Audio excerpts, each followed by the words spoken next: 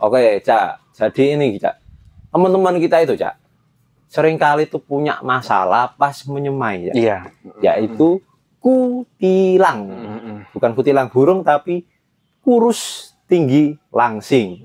Atau bahasa biologinya adalah etiolasi. Nah, kenapa, Cak, kok bisa kutilang itu kok bisa itu? Itu kan ini yang disemai-samain ini kan bagus-bagus ini ya. Ini bagus ini teman-teman. Coba sama ambilkan ya. Kalian ya, kata sedikit. Nah, bagus itu ya.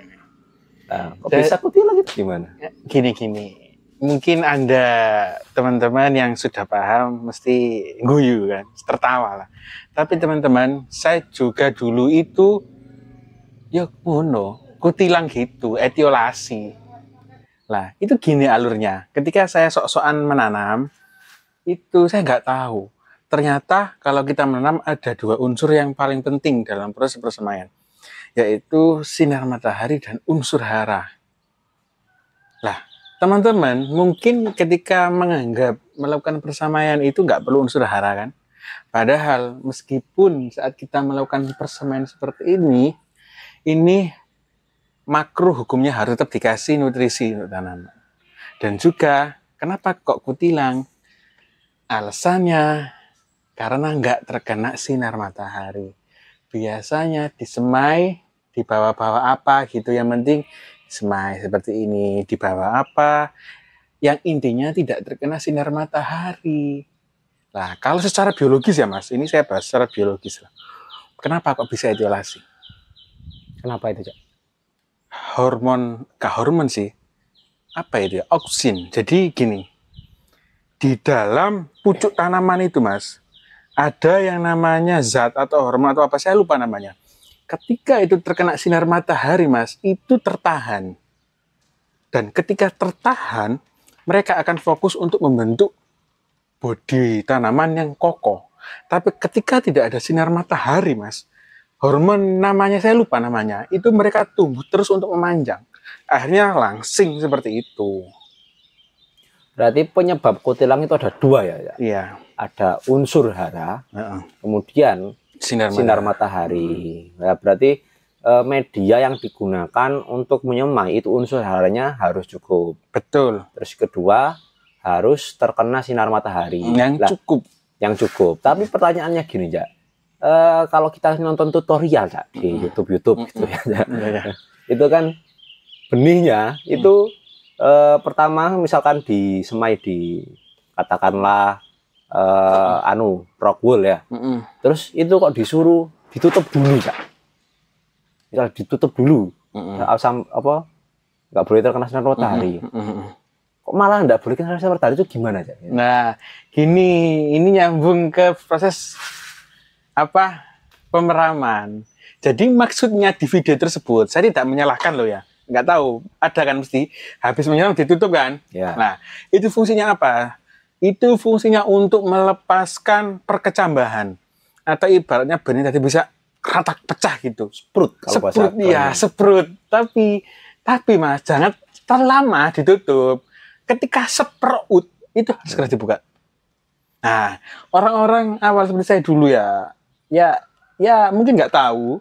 Jadi ketika ditutup, ya sampai lama ditutup, akhirnya itu etiolasi nggak kena sinar matahari. Berapa lama Cak ditutupnya itu? 2 hari maksimal.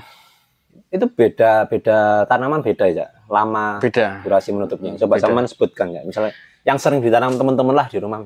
Yang biasa ditanam teman-teman tapi etiolasi, saya jamin itu saya Pak Coy. Ya, betul. Saya Pak Coy itu biasanya tinggi memanjang serut, lalu ada kotiledonen kecil, geluduk gitu kan, panjang. Itu 1,5 hari itu cukup. 1,5 hari itu cukup. Maksudnya cukup itu jangan terlalu lama. Ketika semangka atau sawi, saya jamin itu tanaman sawi yang sering melakukan etiolasi. 1,5 hari itu sudah cukup, sangat-sangat cukup untuk proses penutupan tadi. Jangan terlalu lama untuk dibiarkan gelap. Karena proses gelap itu maksudnya adalah seperut, berkecambah, sudah, setelah itu lepaskan. Kalau sudah dilepaskan, nanti akan seperti ini. Nah, teman-teman kan meskipun gini masih ditutup sih. Iya, betul. Ini ditutup gini kan. Masih disembunyikan dari sinar akhirnya matahari. terjadi etiolasi. Bayangkan ini sawi ya. Batangnya itu panjang segini, lalu kotiledonnya duduk di atas, warna kuning juga. Warna kuning seperti tauge, tauge kan gitu. Ya. Tauge kan. Nah, maka dari itu pembuatan tauge itu kan ditutup sama etiolasi warna kuning juga. Malah justru itu bagus kalau mau buat toge. Itu buat toge juga bisa. Itu tergantung saja. Yeah. Lah, pengalaman saya dulu itu seperti itu, teman-teman. Jadi karena memang banyak sih tutorial di YouTube yang harus tutup dulu, harus bahan. Tapi nggak dibilangin berapa lama nutupnya. Jangan terlalu lama, teman-teman. 1-2 hari cukup buka. Bahkan kalau sesudah sprut langsung dianu nggak apa-apa. Iya, setelah berkecambah kertak gitu ya. Pokok sudah pecah benihnya, sudah pecah benihnya. Ya, wah, nggak ada. Tunasnya sudah kelihatan gitu ya, nggak apa-apa. Langsung nah, ini ada Mas, ini ada, kelihatan ini. Kelihatan ya, dekatkan ke kamera. Bisa kelihatan? Bentar. Ini kan seperut ini. Ya nggak kelihatan sih. Nggak kelihatan lah. Nah itu apa ibaratnya kotiledonnya belum mekar itu sudah dilepas itu cukup. Iya, yang penting sudah ada benihnya. Ada benihnya plek, lepaskan. Cukup. Jangan sampai panjang. Biasanya panjangnya seperti ini Mas. Panjangnya panjang seperti ini ya. Tapi kotiledonnya kecil, duduk warna kuning juga. Anda pikir kutilang itu nggak bisa tumbuh? Itu masih bisa teman-teman. Ada tips dan triknya. Kenapa kutilang masih bisa tumbuh? Bisa kan gini. Saya kasih contoh ya. Ini ya. Bayangkan benih Anda kutilang. Tetap nggak apa-apa. Tetap biarkan. Meskipun dia rebahan. Aku yakin. Meskipun kutilang dia rebahan tidur gini. Tapi ada kutilang kecil. Itu bisa teman-teman. Masih bisa ditanam. Caranya adalah waktu menanam sing jeru. Paham maksudnya? Yang dalam. Jadi ketika nanam sini, batang sampai atas ini tertutup oleh tanah. Jadi masih tetap segini, jangan dalam segini. Nanti dia roboh, akhirnya terkena panas, ini gosong.